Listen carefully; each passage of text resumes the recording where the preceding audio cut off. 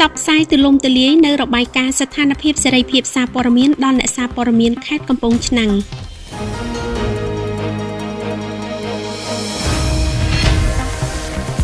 អ្នកសារព័ត៌មានខេត្តកំពង់ឆ្នាំងជាច្រើនរូបបានអញ្ជើញមកចូលរួមស្ដាប់ការផ្សព្វផ្សាយរបាយការណ៍ស្ថានភាពសេរីភាពសារព័ត៌មាននៅមន្ទីរព័ត៌មានខេត្តកំពង់ឆ្នាំងតបតាមការអញ្ជើញរបស់ប្រធានស្ដីទីមន្ទីរព័ត៌មានខេត្តនាព្រឹកថ្ងៃទី23ខែតុលាឆ្នាំ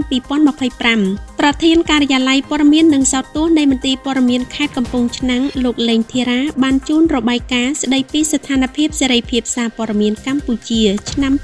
2025ដែលមានភាពល្អប្រសើរដែលជាលទ្ធផលស្ដែងចេញពីការខិតខំប្រឹងប្រែងរបស់រាជរដ្ឋាភិបាលកម្ពុជាក្រសួងព័ត៌មានអ្នកសារព័ត៌មានសមាគមសារព័ត៌មានដៃគូនិងតួអង្គពាក់ព័ន្ធក្នុងការការពារសិទ្ធិនិងលើកកម្ពស់សេរីភាពសារព័ត៌មានលោកហឹងជូចអនុប្រធានមន្ទីរព័ត៌មានខេត្តកំពង់ឆ្នាំងបានលើកឡើងអំពីសេរីភាពអ្នកសារព័ត៌មានបច្ចុប្បន្នគឺមានសេរីភាពពេញលេញក្នុងការប្រកបអាជីពជាអ្នកសារព័ត៌មានដោយមានសុវត្ថិភាពនិងភាពងាយស្រួលក្នុងការប្រមូលព័ត៌មានពីប្រភពផ្សេងៗសម្រាប់ការសរសេរការផលិតនិងផ្សព្វផ្សាយព័ត៌មានរបស់ខ្លួនដោយសេរីប៉ុន្តែទន្ទឹមនឹងនេះលោកឈៀងវណ្ណៈប្រធានស្ដីទីមន្ទីរព័ត៌មានខេត្តកំពង់ឆ្នាំងបានសង្កត់ធ្ងន់ថាក្នុងលំហសេរីភាពពេញលេញសម្រាប់ការបំពេញការងាររបស់អ្នកសារព័ត៌មានគឺត្រូវតែអនុវត្តការងារដោយការទទួលខុសត្រូវខ្ពស់ចំពោះវិជ្ជាជីវៈរបស់ខ្លួនគោរពតាមច្បាប់ស្ដីពីរបបសារព័ត៌មានក្រមសីលធម៌និងធម្មនុញ្ញវិជ្ជាជីវៈសារព័ត៌មានឲ្យបានត្រឹមត្រូវមិន